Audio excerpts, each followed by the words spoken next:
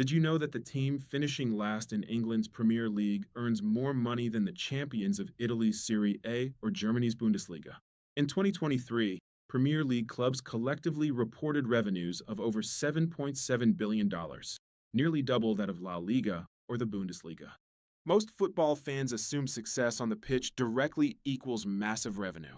They believe that winning trophies and topping the league tables are the sole drivers of financial prosperity for clubs. But in England, even clubs at the very bottom of the Premier League generate staggering amounts, often surpassing the richest teams in Europe. The median revenue for a Premier League club was 60% higher than its Bundesliga counterparts and more than three times those in Serie A. This isn't about one or two lucky clubs. It's the system itself that makes every Premier League team a financial powerhouse. The league's total revenue growth has been substantial, skyrocketing from £1.246 billion in 2002-03 to £6.059 billion in 2022-23. In this video, we'll break down the hidden mechanisms that give even the smallest clubs an edge over the champions of Italy and Germany. We'll uncover how the Premier League's unique financial structure creates this significant disparity. We'll explore the lucrative TV rights deals, the crucial parachute payments for relegated clubs, the robust merchandising, and the solidarity payments that most people never see.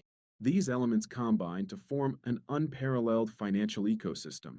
By the end, you'll understand why the Premier League isn't just a football league, it's a financial superpower.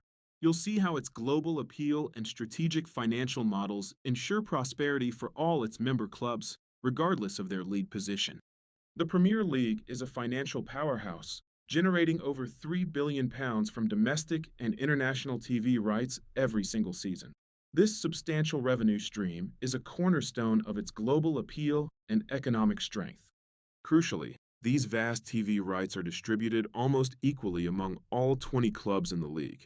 This equitable sharing model ensures financial stability across the board, unlike many other top European leagues. Even the club finishing 20th in the Premier League receives tens of millions of pounds, a sum often exceeding what the champions of Italy's Serie A or Germany's Bundesliga earn. This highlights the league's unparalleled financial depth. This unique distribution model is a primary reason the English league stands as a global financial superpower.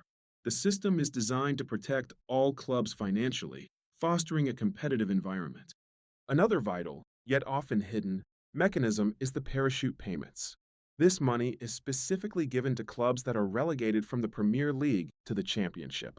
These payments are crucial, ensuring that even relegated teams can maintain financial stability and remain competitive in the transfer market. This helps prevent a drastic financial collapse post-relegation. For instance, a relegated team like Norwich City can still spend more on player wages than the champions of Italy or Germany. This demonstrates the significant financial cushion provided by these payments. This powerful combination of equally shared TV money and strategic parachute payments creates an incredible financial advantage for every single Premier League club, solidifying its position at the pinnacle of global football. The Premier League's influence stretches far beyond England, captivating diverse fans globally. It's a global entertainment product, passionately consumed in over 180 countries worldwide. This global reach creates immense merchandise demand, benefiting even the league's smaller clubs. A club finishing last still generates significant sales of shirts, scarves, and secures global sponsorships. In contrast, many champions from leagues like Italy's Serie A or Germany's Bundesliga struggle to sell merchandise effectively outside Europe. The Premier League masterfully brands every club as an integral part of one powerful, overarching global story. Even teams battling relegation receive weekly promotion through extensive global broadcasts, maintaining their visibility. This constant exposure transforms intense survival battles into highly profitable and dramatic entertainment for millions. In many other football leagues, finishing last often means fading into obscurity and losing relevance. However, in England, finishing last still guarantees significant visibility, continued relevance, and substantial financial returns. This unique model ensures every club, regardless of league position, remains a valuable asset in the global football landscape. The Premier League's strategic approach to merchandising and its vast global fan base truly set it apart from other top leagues. This global appeal translates directly into robust revenue streams, supporting clubs from the top to the bottom of the table. The league's ability to market its entire ecosystem, not just its elite teams, is a cornerstone of its financial strength. This inclusive branding strategy ensures that every match, every team, and every fan contributes to a thriving global enterprise. Ultimately, the Premier League's success is a testament to its unparalleled global reach and its innovative approach to commercialization. It continues to redefine what it means to be a truly global sports league, setting new benchmarks for engagement and profitability. This model provides a blueprint for sustained growth, ensuring the Premier League remains at the pinnacle of world football. The real reason Premier League clubs are rich starts with domestic TV rights. In England, every single league match is sold as premium television content. Sky Sports and TNT Sports pay billions just for the right to show Premier League games. Between 2022 and 2025, domestic TV rights alone were worth over £6 billion. And here's the key part most fans don't know. That money is shared almost equally between all 20 clubs. The team finishing last still earns over £100 million. Meanwhile, Serie A and Bundesliga sell their TV rights for far less. In Germany, the entire league earns less than the Premier League earns from England alone. That's why finishing 20th in England can be more profitable than winning the league in Italy. This isn't about success on the pitch. It's about how football is sold as entertainment. And England sells it better than anyone else in the world. The Premier League isn't an English product. It's a global television product. Premier League matches are broadcast in over 190 countries. In the United States, games air on NBC and Peacock. In Asia, fans wake up at 3 a.m. just to watch. In Africa, Premier League shirts are worn more than local clubs. And in the Middle East, matches fill cafes and public screens. No other league controls global time zones like this. Saturday afternoon in England means morning in America, and late evening in Asia. This perfect scheduling wasn't an accident. It was designed to maximize global viewers. More viewers means higher advertising value. And higher advertising value means more money for every club. That's why even bottom-table teams attract global sponsors. In Italy and Germany, international audiences are much smaller. The Premier League doesn't just sell football. It sells a weekly global event. Relegation in England doesn't mean financial collapse. In fact, relegated clubs receive something called parachute payments. These payments are designed to soften the impact of relegation. A relegated club can receive over £100 million across several seasons. That's more than some European champions earn in total revenue. In the first year after relegation, clubs receive the largest payment. In the second and third year, payments continue if the club stays down. This allows clubs to keep high-paid players longer. It also allows clubs to dominate the lower division. Many clubs are literally built to bounce straight back up. This creates a financial gap inside English football itself. Clubs without parachute payments can't compete. And that's why relegation in England is still safer than success elsewhere. A team finishing last in England can plan for the future, while champions in other leagues still struggle financially. Imagine you're a billionaire looking to buy a football club. You don't want glory. You want stability. In most leagues, football clubs are financial risks. Win the league, and you still might lose money. But in England, the system works differently. In the Premier League, revenue is predictable. TV money arrives whether you finish first or last. That makes English clubs attractive to investors. American owners understood this early. They didn't buy champions. They bought infrastructure. Broadcast revenue alone justified the investment. Relegation wasn't the end. Parachute payments reduced the downside. And promotion meant instant profit.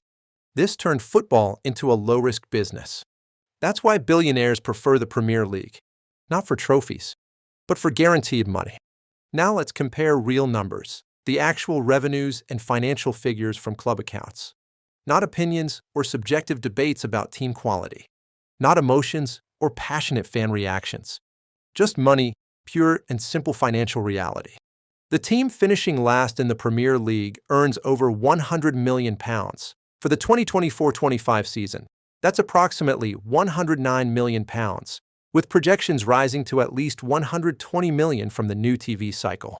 That includes lucrative TV rights where 50% is shared equally among clubs, commercial income from global sponsorships, and parachute payments providing up to 55% of basic TV money in the first year after relegation. Now look at Italy and its Serie A league.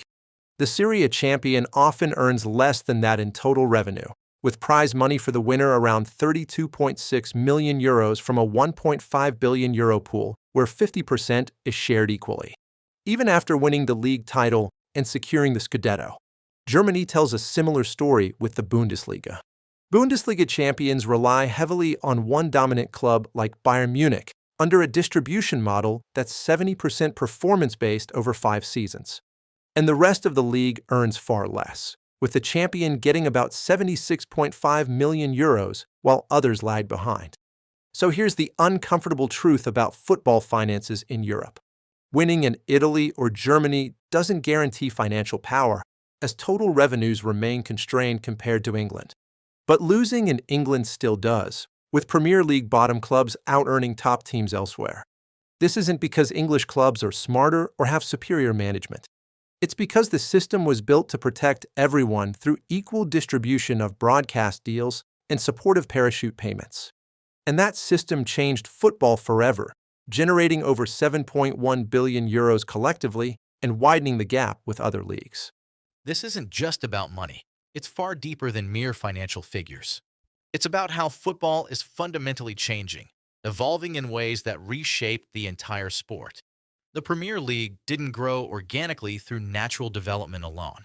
It was carefully engineered, with deliberate strategies driving its expansion. Every rule was meticulously designed to protect and maximize revenue streams. Competitive balance is key, as it keeps games exciting and unpredictable for everyone. That excitement is what keeps viewers glued to their screens, watching every moment. And those viewers are what keep the money flowing steadily into the league.